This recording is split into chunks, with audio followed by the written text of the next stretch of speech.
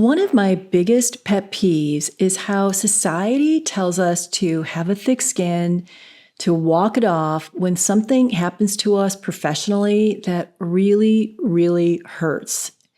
It is so infuriating that we're not allowed to say, ouch, that really sucked that my project failed, or the funding that I had been hoping for just like disappeared, or that I just actually got something launched and then it like was publicly humiliated.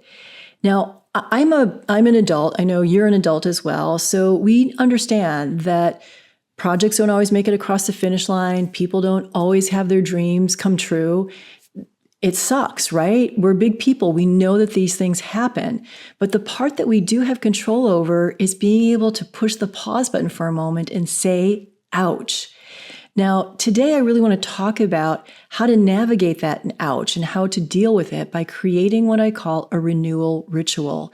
This is a process that allows you to acknowledge the hurt and then be able to also at the same time find a way to heal so that you can move forward and be able to tackle the next thing that's going to come to you. I'm Laverne McKinnon, and I am a career coach and a grief recovery specialist. So today's episode is really about navigating career grief, because wherever you are in your career, whether you're moving up the ladder or off the ladder or trying to find the ladder, there are always going to be times when things don't go your way. So having a renewal ritual is actually going to help you get through those times intact. So to be really, really clear here, a renewal ritual, it's a symbolic act that says that there has been a hurt and that there is a recognition of that hurt, and then to be able to say anything that was not given permission to be said.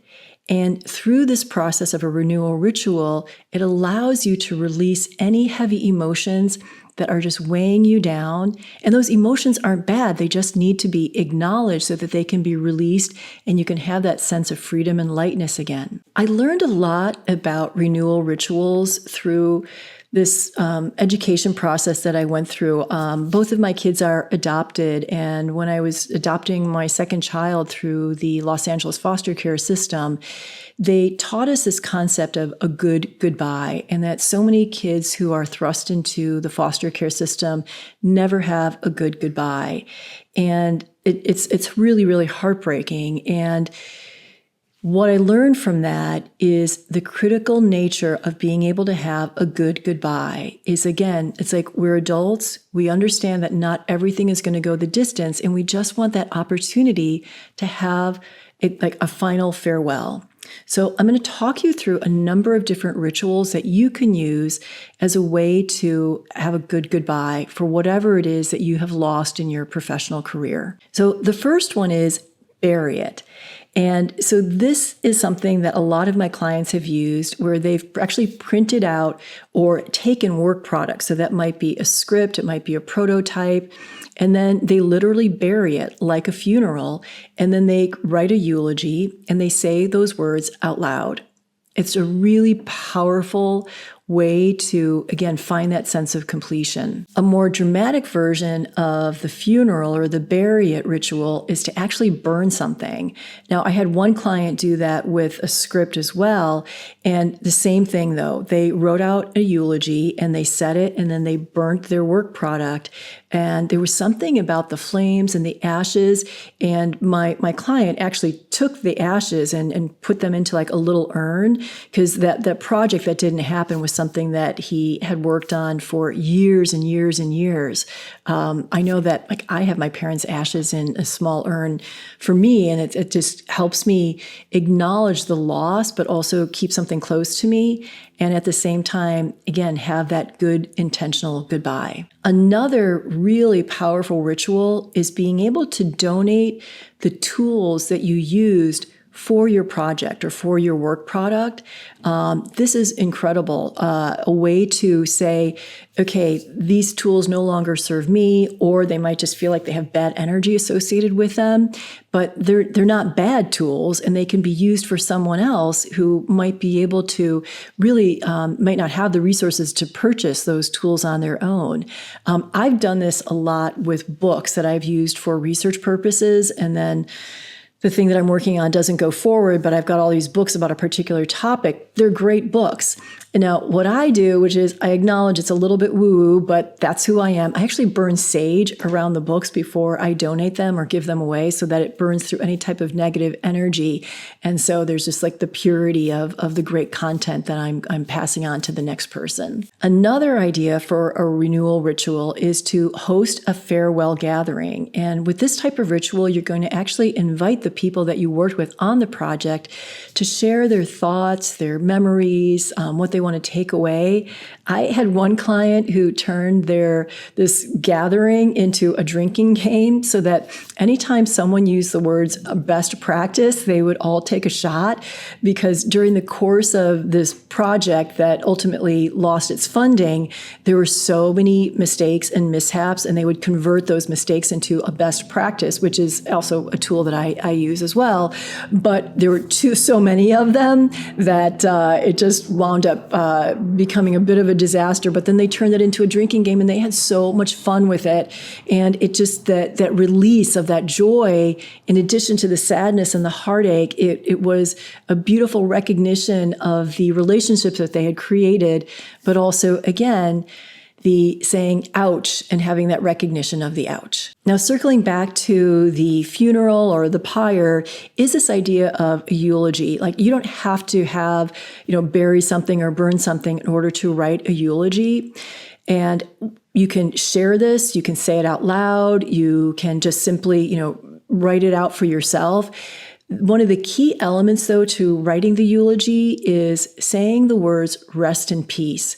There's something about those words that have so much power to bring a sense of completion. So if you're going to write a eulogy, just want you to consider those words, rest in peace. Now, just so that you're not alone, I want to share some statistics with you about how much failure there is in terms of projects, especially when it has to do with technology. So I'm just going to be looking off camera for a moment so I can read some of these statistics to you. According to the Standish Group's Chaos Report, 66% of technology projects fail.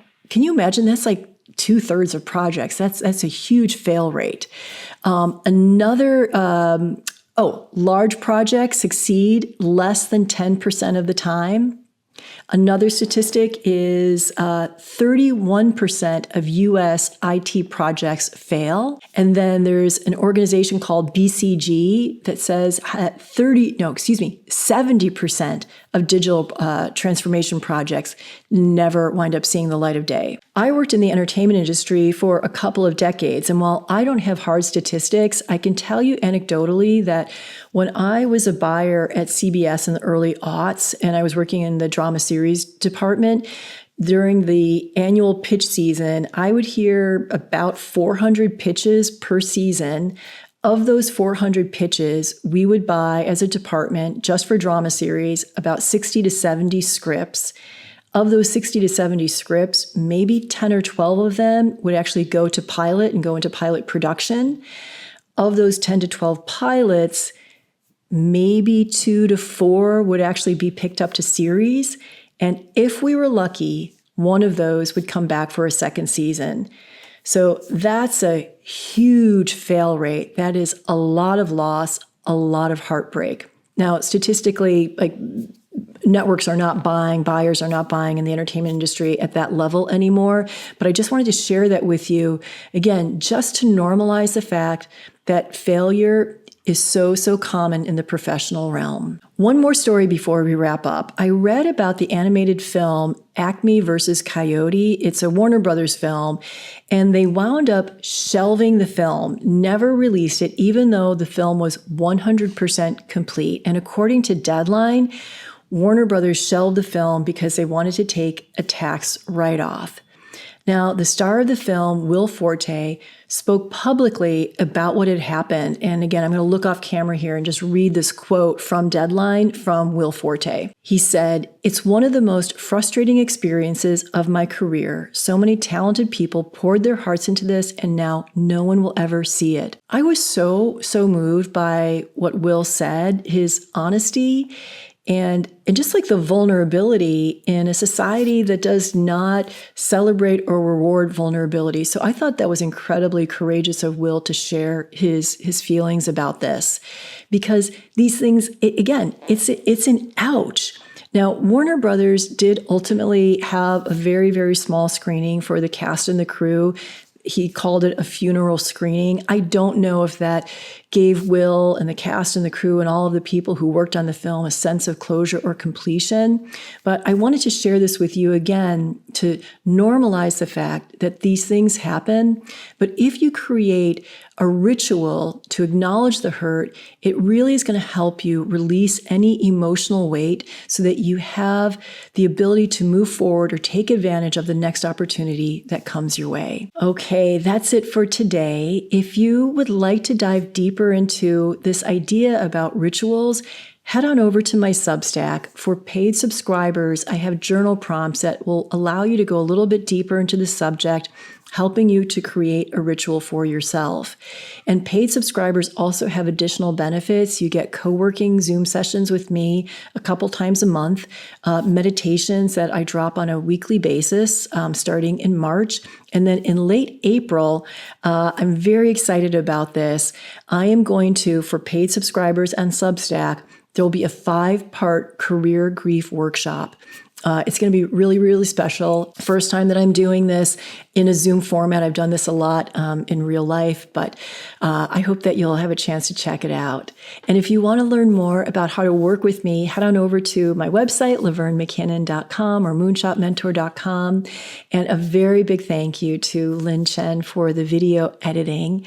And I'm just really, really happy that you are here. I am seeing how our community is growing, and I would love to hear more about what's on your mind and what's resonating. Otherwise, I will see you next week.